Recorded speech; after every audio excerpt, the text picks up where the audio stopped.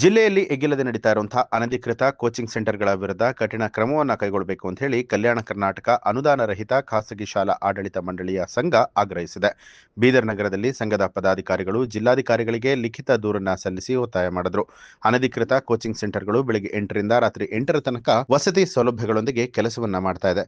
ಇದರಿಂದ ಶಾಲಾ ಮಕ್ಕಳ ದೈನಂದಿನ ಕಲಿಕೆಗೆ ಅಡ್ಡಿ ಉಂಟಾಗ್ತಾ ಇದೆ. ಜಿಲ್ಲೆಯಾದ್ಯಂತ ಇರುವಂತಹ ವಿವಿಧ ಶಾಲಾ ಕಾಲೇಜುಗಳ ಶೈಕ್ಷಣಿಕ ಚಟುವಟಿಕೆಗಳ ಮೇಲೆ ತೀವ್ರ ದುಷ್ಪರಿಣಾಮ ಬೀರುತ್ತಾ ಇದೆ ಅಂತ ಹೇಳಿ ಸಂಘವು ಆತಂಕವನ್ನ ವ್ಯಕ್ತಪಡಿಸಿದೆ. ಈ ಕುರಿತು ಹಿಂದೆಯೂ ಕೂಡ 3 ಸಲ ಸಂಬಂಧಪಟ್ಟ ಇಲಾಖೆ ಅಧಿಕಾರಿಗಳಿಗೆ ದೂರನ್ನ ಕೊಡಲಾಗಿದೆ. ಆದರೆ ಕ್ರಮವನ್ನ ಕೈಗೊಂಡಿಲ್ಲ. ಆದ ಕಾರಣ ಕೋಚಿಂಗ್ ಸೆಂಟರ್ಗಳು ರಾಜಾರೋಷವಾಗಿ ನಡೀತಾ ಇದೆ. ಈಗಲಾದ್ರೂ ಕೂಡ ಜಿಲ್ಲಾಡಳಿತ ಎಚ್ಚೆತ್ತುಕೊಂಡು ಅನಧಿಕೃತ ಕೋಚಿಂಗ್ ಸೆಂಟರ್ಗಳ ಮೇಲೆ ಕಠಿಣ ಕ್ರಮವನ್ನ ಜರುಗಿಸಬೇಕು. ಇಂತಹ ಕೇಂದ್ರಗಳನ್ನ ತಕ್ಷಣವೇ ಸಂಪೂರ್ಣವಾಗಿ ನಿಲ್ಲಿಸಬೇಕು ಅಂತ ಹೇಳಿ ಒತ್ತಾಯಿಸಿದ್ದಾರೆ.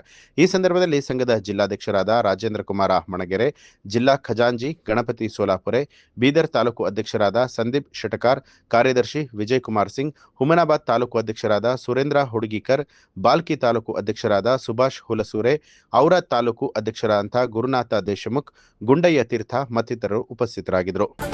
ನ್ಯೂಸ್ ಅಲರ್ಟ್ ನಿಮ್ಮಿಂದ ನಿಮಗಾಗಿ.